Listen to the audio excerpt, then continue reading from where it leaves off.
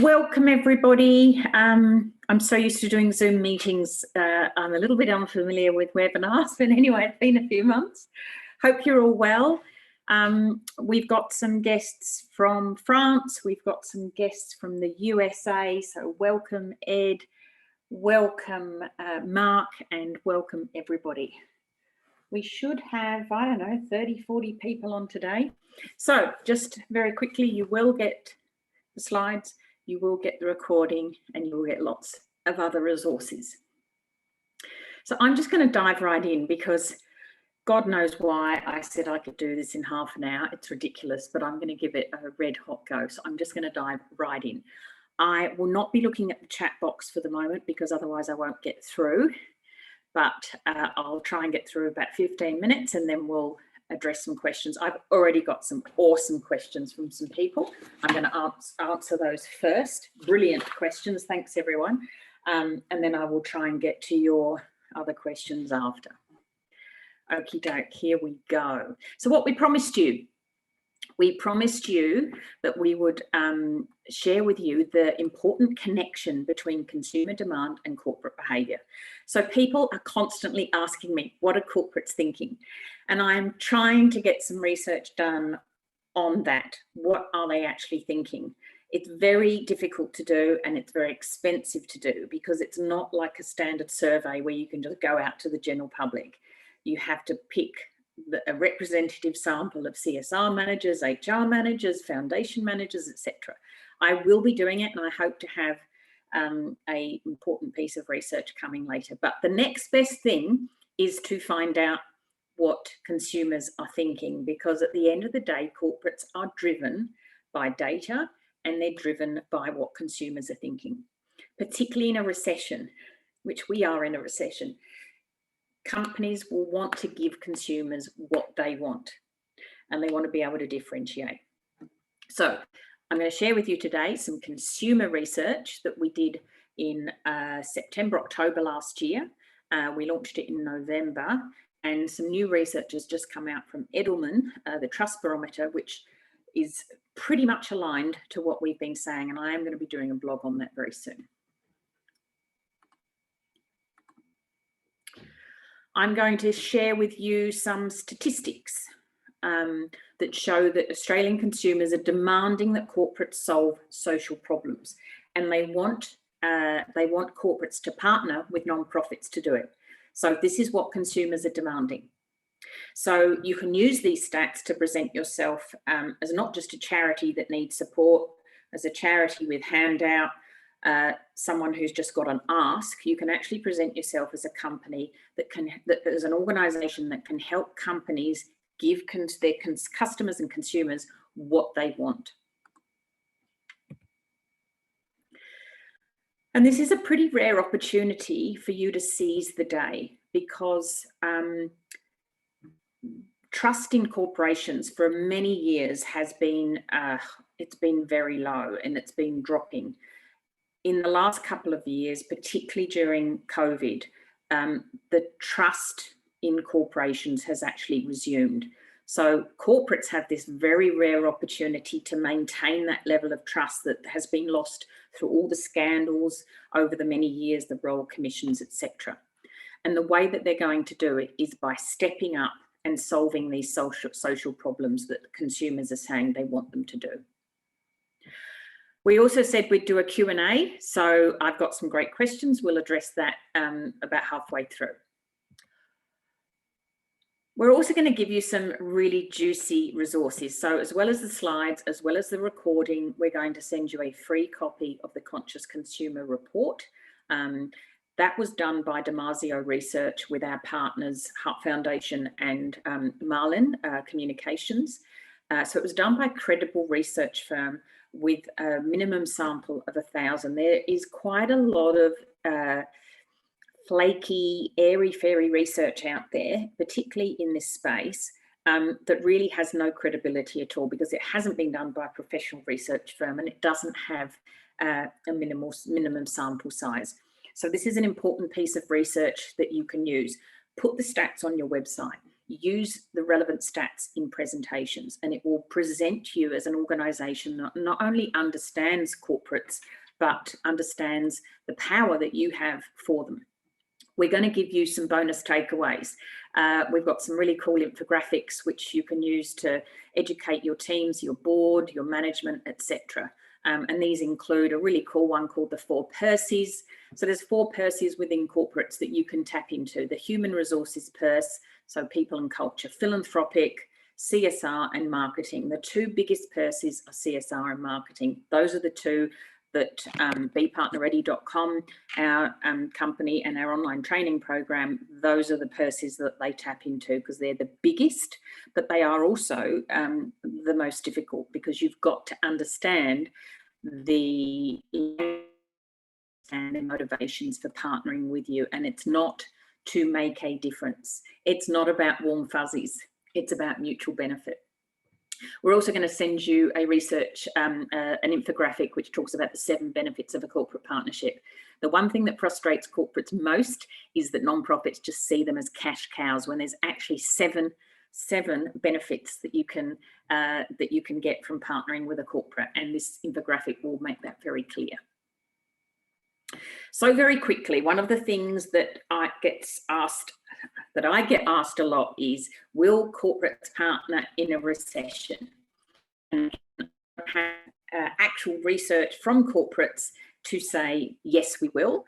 All I know is that I am working with corporates at the moment. I'm still being approached by corporates who want to partner. And at the end of the day, they are looking at data, and all the data is pointing towards, yes, you need to embrace corporate social responsibility. You need to get involved in solving social problems, and you need to partner with non-profits to do that, because there's a real risk that they might set their own thing up. They might set up their own charity. But consumers are saying, no, partner with government and partner with non-profits to do it. So are we in a recession? Well, yes. According to the Reserve Bank, what a recession actually means is 2 consecutive quarters of negative growth.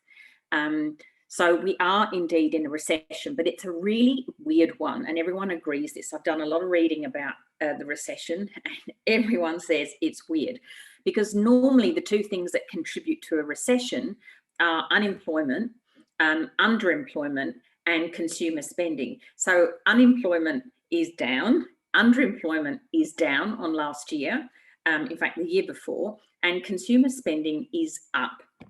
So it's just really weird. Anyway, there's great optimism out there, and certainly you need to be mindful and careful of all the fear-mongering where people say, well, corporates won't have any money. They may not have a pot of gold that's called philanthropy. They may not have a pot of gold that's labelled, let's give this to a charity so we can get some warm fuzzies. But they will have money for corporate social responsibility strategies because consumers are demanding it. They will have money in their marketing budget because they want to differentiate. They're not going to survive this recession if they don't give customers what they want. So just be mindful and careful of fear-mongering. There is plenty of money out there, and there are plenty of corporates who will want to partner. Now, someone asked me a really good question via this webinar process. What types of companies might be partnering? Again, I don't know the answer to that, but there is some really good research from KPMG, and I've looked to see if there is more up-to-date research. There isn't, but these were predictions that were done in June, and obviously they used a lot of different modelling. It's called KPMG Consumerism: The New Reality. Get the report, it's online, it's fantastic. This is one little graph that I have stolen from them, and it looks at the 4 areas of industries that are either going to have to require a hard reset, and it's obvious what those are, particularly airlines, hotels, restaurants, etc. Those that are surging, so online retail, food delivery, it's going nuts. They're seeing 200–300% increase. Then there's the sector that is they call transform to re-emerge. They have to transform their business in order to re-emerge stronger. And then there's modified as usual, so banking, consumer goods, etc. So clearly you want to avoid the hard reset ones, because those ones are going to take a long time to recover, and they're probably, corporate social responsibility, social good, social impact, all of those things are probably not high on their agenda. So what will compel corporates to partner in a recession? So I've been in business 25 years. I've survived the GFC, which was an economic downturn. It wasn't a recession. I survived a recession when I worked in London. And the fact is, after a recession, companies push very hard to innovate. They differentiate. They want to give customers what they want. That is the way that they survive. And there will also be some very innovative and new organisations emerging. If you think about organisations like Zoom and Airbnb and Airtasker, they're all fairly new organisations that actually have come about since the last economic downturn. Consumers want companies to not just embrace societal change, but to drive it. They want companies to fill the void left by government. And consumers want companies to partner with non-profits to do it. I'm going to give you the stats that actually prove this point. So what is a conscious consumer? Let's just define that first of all. So a conscious consumer is someone that uses the power of their purchase to bring about societal change. That's a simplified version of it. The dedicated conscious consumer looks beyond the label at the manufacturing process, environment, animal and social impact. It results in positive behaviours such as supporting, buying, investing in, sharing, applauding and recommending companies that are doing good. It also works in reverse, boycotting, exposing, protesting, petitioning against those that are not doing the right thing. The conscious consumer has become a warrior consumer, and they've realised, particularly during COVID, that the best weapon they have is their wallet and their voice.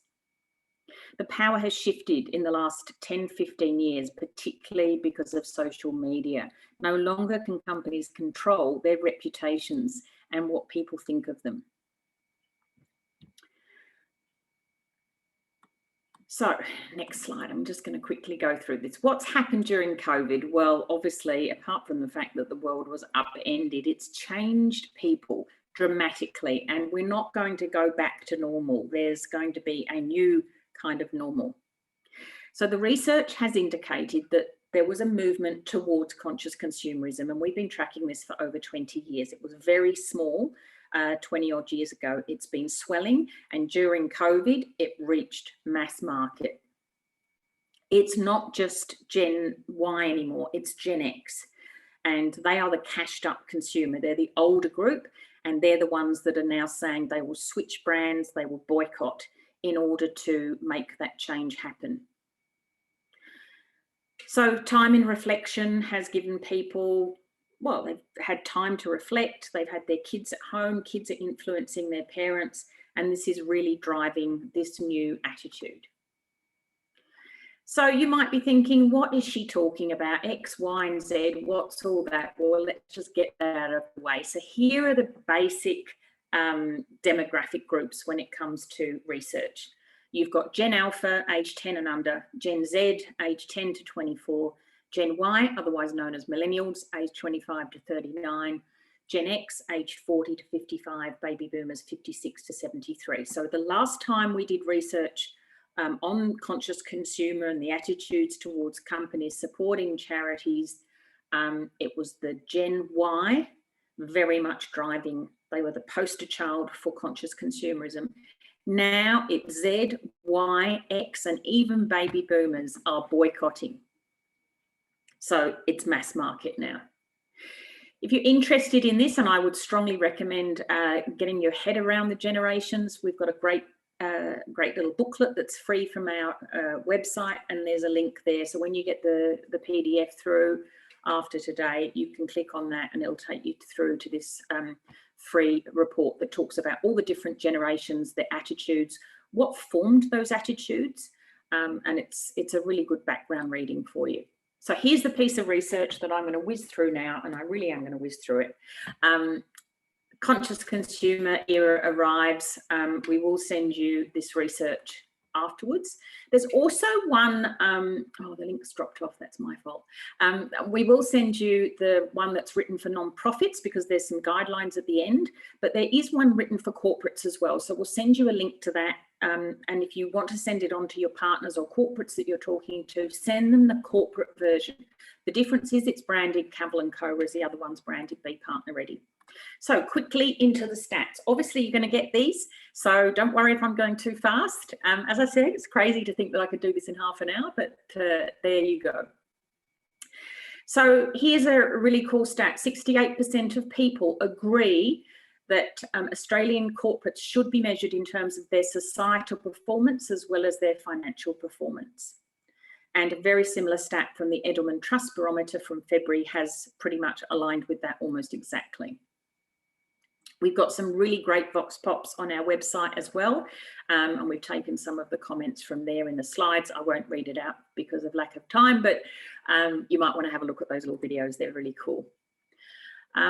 So generally, I feel let down by corporate Australia in meeting its overall obligation to enhance society. 49% agree. So when you extrapolate that to the general population, and that's what we do in research, we take a representative sample and then we say, okay, that is you know, an example of what the population are thinking. That's over half of Australians feel let down. And no wonder with all the scandals that we've endured over the last few years. When Australians are doing it tough, like in a recession, corporates in Australia should be doing more than I'm seeing to solve societal problems and support charities. 69% agree with that statement. There's too much spin and not enough action. I'm sure you'd agree with that. When it comes to corporate social responsibility, most global corporations are not truly committed to it. They're just ticking the box and using PR spin to make themselves look good. 66% agree. And you'd think that it would be better in Australia, not that much better. 61% agree with the same statement in relation to Australian corporations. Corporates should be doing more. In the coming year, I believe corporates should partner with charities to help solve social issues and get Australians back in their feet. 69%, almost 2/3. In the last year, I have actively boycotted a company brand product because of their poor reputation in corporate social responsibility. And when they talk about boycott, they don't just mean saying, you know, a negative thing on social media. It's really active. It means refusing to purchase and petitioning against. 36% agree. That's over a quarter. So boycotting has become, you know, quite common. And then corporates have the greatest potential. Potential to do what? Despite feeling let down by corporates and sending a message loud and clear to corporates and brands that consumers will vote with their wallets, Australians still hope the corporates will step up to the plate. And the statement was, of all the major institutions, I believe that corporate Australia has the greatest potential to solve societal problems in the coming years. 63% agree. I don't know if you remember a few years ago when some companies got involved in the same-sex marriage debate, and some people in the government said, you know, you need to stick to your knitting. Well, clearly consumers don't agree with that. So there's a reshaping of the role of business going on. That the old-fashioned view, you know, the capitalist view that companies are really just in business to make money, that's shifting quite rapidly. So here's a stat that you'll want to know, and I do hope that you can utilise these stats. In the last year, I have actively switched from my usual product or service to another because of its support of a cause or charity. So this is how non-profits can influence consumer behaviour. This is a very, very powerful stat for you. The 2020 results are 28%. So over a quarter said yes, they've changed their behaviour. And if you compare that to 2014, the total agreement was 16%. So it's grown massively in 6 years.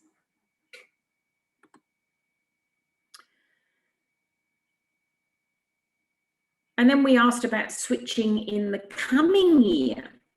Have you switched in the last year? And then will you switch in the coming year? 48% are saying that in the coming year, they will switch from their normal brand to another brand because of its support of a charity that they care about, as long as the product, service and price are equal. So which cause is the most popular? At the beginning of the year, there was some great research from McCrindle that showed that conservation, crisis support, and animal welfare was obviously the most popular cause. And then we got the pandemic. So has that shifted?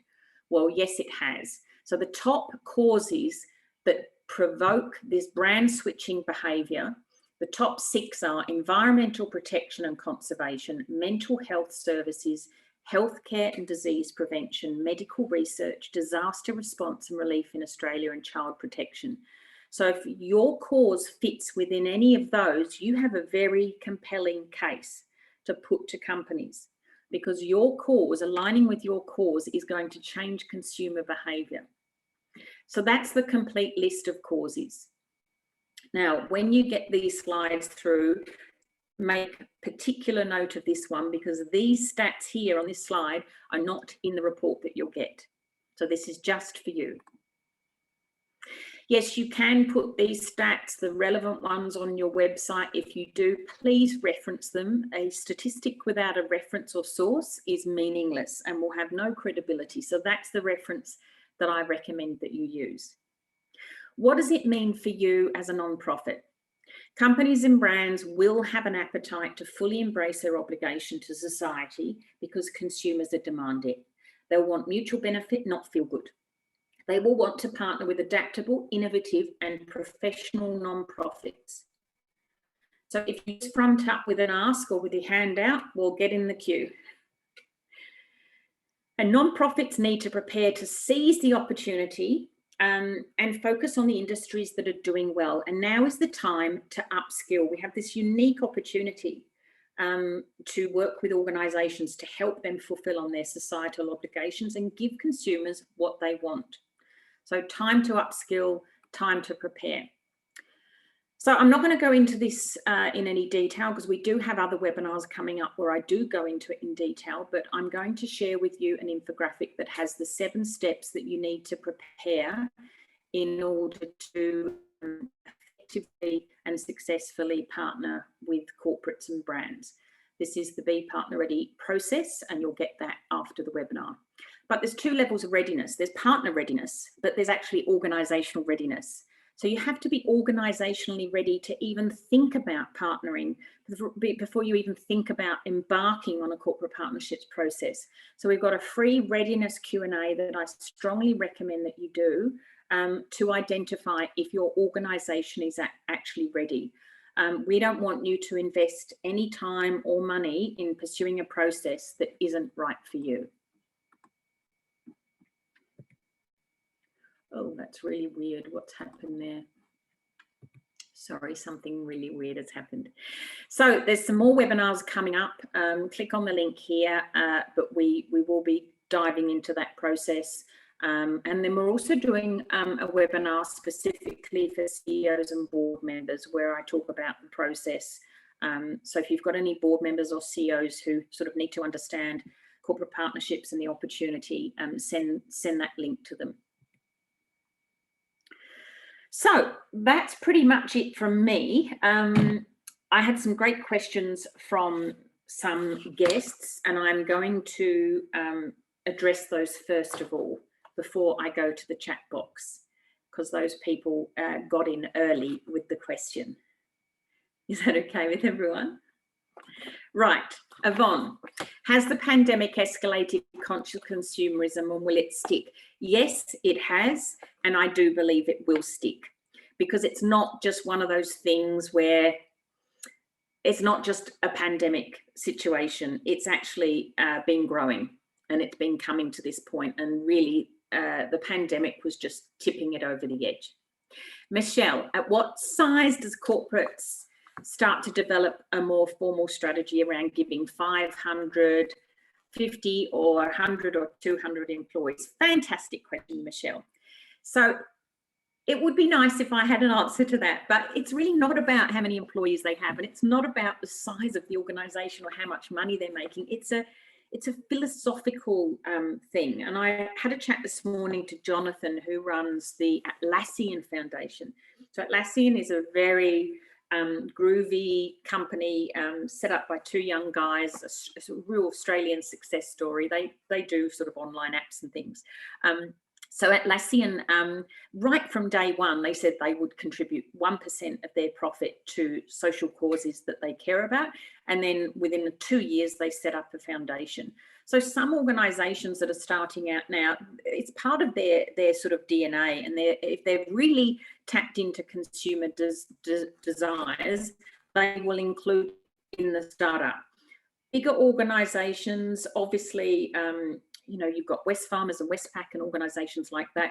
They are going to be embracing corporate social responsibility because the bigger companies are making a bigger impact, you know, a negative impact on society. So there are so many factors that contribute towards why a company starts to develop a CSR strategy. So I wish I could give you an answer, but I can't.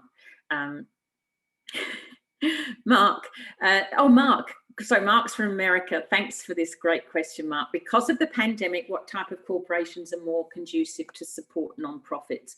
Again, I would look at those industries that are doing well, that are pivoting, but organisations that are consumer oriented are probably the best ones for the moment, rather than those B2B companies, because there is a real push coming from consumers at the moment. So use that to sort of convince those organisations. Edward. Hi, Edward, over in France. What are the pitfalls for organisations working overseas when pitching a link with domestic consumers? You know, that's a really difficult one. Overseas aid, there's a real Australian sense of Australian localism going on. And, you know, the sort of borders have closed a little bit. So it's going to be a tough one for those organisations working with overseas aid. But if you can demonstrate the difference here, I know quite a number of organisations with Indigenous people in Australia as well. You know, try and make it very relevant to Australia where possible. I don't think that's going to continue for too long, but for the moment, people are become very sort of nationalistic and, you know, waving the Australian flag. Wendy, what information about non-profits is most valuable for prospective corporate partners? I'm going to go into that in a second. Great question. Natalie, how can a startup compete with a long-term organisation when they assess longevity stability? Some organisations will want to partner with a big brand that's stable. Others want something that's really nimble and small and sexy. It really isn't about size or stability or longevity. It's about synergy. It's about the right fit. Georgia, how will we discern which corporates to partner with, engage with? There's no real set criteria apart from a prospecting process, which I'll go through for those of you who attend my webinar about the 7 steps, but there's no definite criteria. It's about the fit. Alistair, where is the tipping point between consumers wanting to do right and not pay too much for a premium? I love this question. And I'm going to include it actually in the next lot of research that we do. So Alistair, thank you for that. What we found in the past, so this is past research, so I can't quote it, it's probably too old, but when the decision to switch brands is fairly easy. So shopping, going to the supermarket, you know, soap powder, switching from one to the other. One gives money to a charity, one doesn't. I'm gonna switch to the one that gives to charity. If it's a little bit more, yes, they'll still do it. If there's an environmental platform attached to that cause, they'll pay more. They're not going to change banks because of it. They're not going to change cars because of it. Although when, you know, there was the whole Volkswagen Dieselgate crisis a few years ago, sales in Volkswagen cars dropped dramatically. So a really big scandal can impact sales, but in that FMCG world, in terms of switching brands, they will pay a premium. There is evidence to suggest that, but it really depends on how easy it is for them to switch. So those are the questions that came through. Thank you so much. Very cool questions. I'm probably out of time, but let me just check. For those of you, yes, I'm dead on 2:30. So I will go to the chat box now. For those of you who would like to ask some more questions, I'm happy to stay and answer them. So Joanna Peak, what size of business do you define as corporate in this research? Wondering about the relevance for large, medium-sized business. That's really interesting question, Joanna. For me, oh gosh, I define corporate, when I use the word corporate, I mean corporation, which is a legal definition. And yeah, it's normally, oh, I wish I could put a figure on it. I can't actually, but it's normally, you know, over 5 million, probably 20 to 50 employees, but it's when they become incorporated, they become a corporation. When I say corporates, I generally mean, you know, sometimes I say corporates, businesses and brands, because I try and incorporate everything, but it gets a bit wordy. But yeah, you're right, that there's a lot of opportunity here, and it's not just with the big corporates, it's with the brands, it's with the, you know, be careful of startups, but there's some fantastic startups at the moment in the IT space that have got lots of money and not going to go under. But just be careful of the little companies who are starting up and want to, you know, borrow your cause, your great name, to make themselves look good, and then they go down the gurgler and they take your brand with them. But yeah, don't just look at the big corporates. When prospecting, avoid the, we're going to go for a car company, we're going to go for a bank. Look at brand synergy. Do you have recommendations for getting it in with corporates to connect with the right people who make the decisions? Yes, absolutely, I do. I can't explain it here. So the first thing is to understand the 4 Percies. So when you have a look at that infographic, you'll see that it's complex. But yeah, there's 4 different Percies, and then there's 4 different job titles. So you need to be really clear on what you want from a company. You know, do you want to align with the CSR purse? Have you got staff engagement? If you don't have staff engagement opportunities, don't even go to the HR purse, because that's what they're going to want. If you don't understand marketing and don't have any assets to offer, then going to marketing is not going to be good. But that's where the big purse is. But yes, we have a whole bunch of strategies which we teach in bepartnerready.com. In terms of how to get in, what to say at that first meeting, asking those key questions that are going to get you what you want. Hi, Hayley. Hi, Wendy. Have you got a question, Wendy? Okay, I'm done. I'm done talking fast like I've sucked a helium balloon. Does anyone have any questions? Wendy here. The conversation read key information that nonprofits should share with corporates. What would that be addressed in a separate? Great. Yay. Thank you. Glad someone's on board. You're focused on problem solving. This is one of the key things you need to demonstrate. You are solving a problem. Because if you're not solving a problem, what are you doing? Companies are all about solving problems. They need to see that you're solving a problem, that they can help you solve that problem. They can then talk about how wonderful they are because they're helping to solve this problem, and you can help them solve their problems. So you need to be very much focused on problem solving. We ask in our readiness Q&A, what problem are you solving? And it is amazing how many people can't answer that question. So get focused on the problem that you're solving. We call it, what's your BHAP? What's your big, hairy, audacious problem? Genuine mutual benefit. So there is no ask. People ask me all the time, what's the ask? There is no ask. It's an invitation to partner. So genuine mutual benefit. And if you don't know what you have to offer a company, you cannot possibly negotiate mutual benefit partnership. Two-way or the highway. There is no room in this market for nonprofits just wanting a handout. 3, storytelling. Nonprofits have the best stories on the planet, but they are notoriously awful at telling them and following storytelling capability and principles. So you need to understand storytelling, and you need to be able to tell your stories in a compelling way, because that's what's going to get companies on board. They don't have stories. And storytelling, you've probably heard a buzz about it. There is a buzz about it. There's neuroscience that proves that it can change brain chemistry. So companies are desperate for stories. Just look at some of the ads that are running at the moment on television.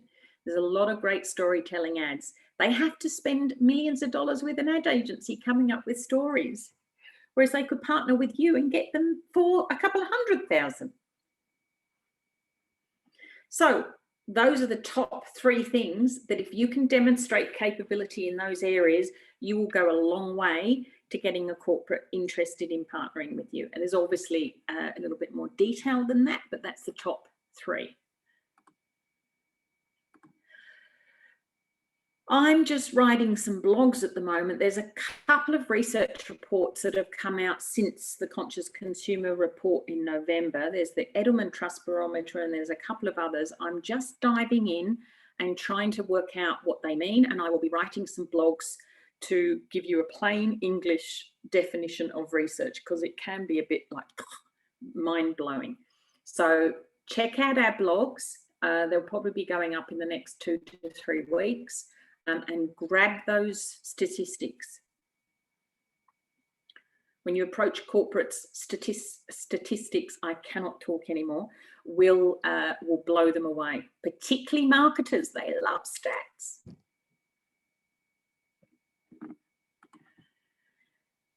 So I'm doing a webinar on the 1st of April. It's a half-hour webinar, and it is just questions.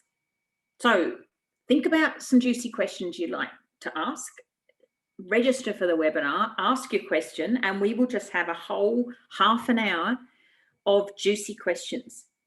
Make sure, please, that they're relevant to everybody. I can't answer specific questions about specific organisations, obviously.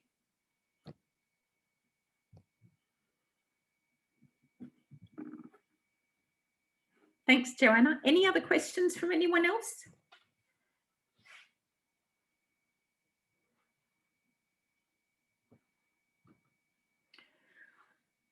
Ah, whose idea was it to do this in half an hour? Was it mine, Georgia? You have been wonderful. Thank you. Oh, I feel like I've just gone blah, blah, blah, blah, blah for half an hour. But anyway, hopefully it'll make sense in the playback. How do you install urgency when there are no tangible deadlines for the corporate? Ooh, that's a brilliant question. Oh, how do you install urgency? Edward Simpson. I think you mean instill, but anyway, I know what you mean. How do you instill urgency? Oh.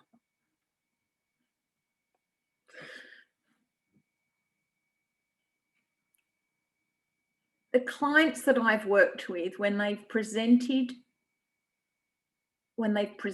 their pitch that just fits the corporate, speaks their language, and gets them so excited, you kind of don't have to.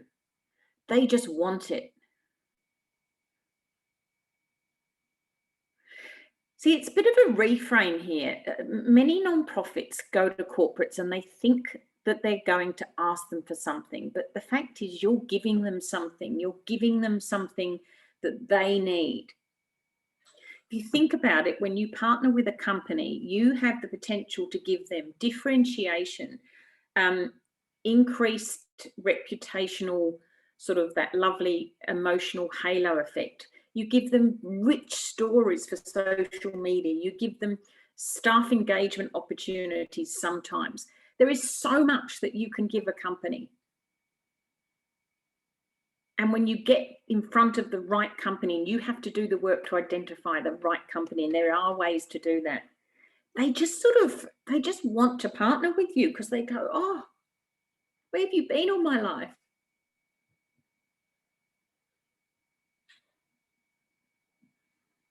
But yeah, if you kind of have to instill urgency, then they clearly haven't gotten it, have they? Use statistics to prove to them how important it is. Let them know that, you know, that there's a timeline. They've got 3 weeks to come back to you. Otherwise, you're going to go elsewhere.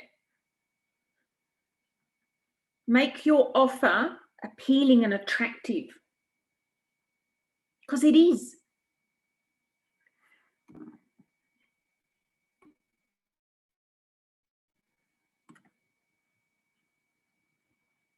Great.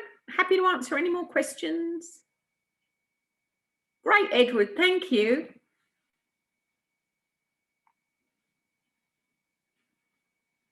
I'm going to watch you, Edward. Come to the next one and ask me a question, and I'll think about it ahead of time. Good question.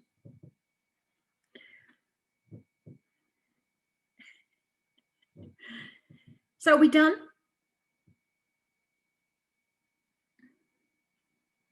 Okay, I think we're done. All right, well, I'll end now. You'll get the slides through. Isn't that a great picture? I love that picture. I'll get the slides through, or Georgia will, and hope to see you on a webinar in a week or so. Thanks, everyone. Bye.